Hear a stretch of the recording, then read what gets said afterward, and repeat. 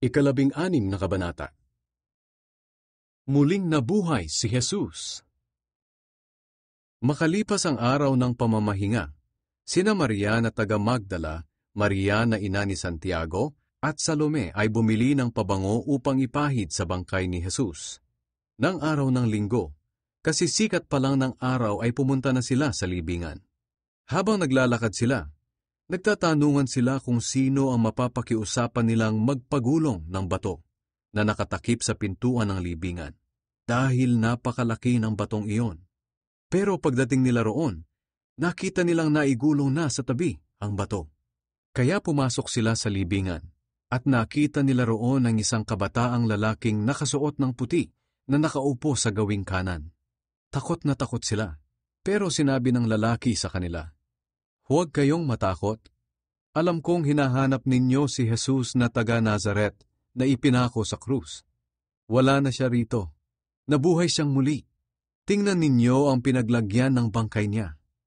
Pagkatapos sinabi ng lalaki sa kanila, "Lumakad na kayo. Sabihin ninyo sa mga tagasunod niya, lalo na kay Pedro, na mauuna siya sa inyo sa Galilea. Doon ninyo siya makikita gaya ng sinabi niya." Kaya lumabas sa libingan ng mga babae at tumakbo dahil sa matinding takot. Wala silang pinagsabihan dahil takot na takot sila. Maaga-maaga pa ng araw ng linggo nang nabuhay si Jesus. Una siyang nagpakita kay Maria na taga Magdala. Siya ang babaeng may 7 masasamang espiritu na pinalayas ni Jesus. Pinuntahan ni Maria ang mga tagasunod ni Jesus na nagluluksa at umiiyak. At ibinalita ang mga pangyayari. Pero hindi sila naniwala sa ibinalita niyang buhay si Jesus at nagpakita sa kanya. Pagkatapos noon, nagpakita rin si Jesus sa 2 pa niyang tagasunod na naglalakad patungo sa bukid. Pero iba ang kanyang anyo. Kaya bumalik sa Jerusalem ang 2 tagasunod at sinabi sa iba nilang kasamahan na nagpakita sa kanila si Jesus. Pero hindi rin naniwala ang mga ito. Nang bandang huli, nagpakita rin si Jesus sa 11 apostol niya habang kumakain ang mga ito. Pinagsabihan niya ang mga ito dahil sa kawalan nila ng pananampalataya at sa katigasan ng kanilang puso. Dahil hindi sila naniwala sa mga nakakita sa kanya matapos na muli siyang mabuhay.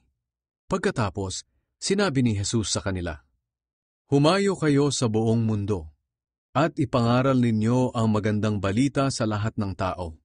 Ang lahat ng sasampalataya at magpapabautismo ay maliligtas, ngunit ang hindi sasampalataya ay parurusahan. At ito ang mga palatandaang makikita sa mga taong sumasampalataya sa akin. Sa pamamagitan ng aking kapangyarihan, magpapalayas sila ng masasamang espiritu. Magsasalita sila sa ibang mga wika.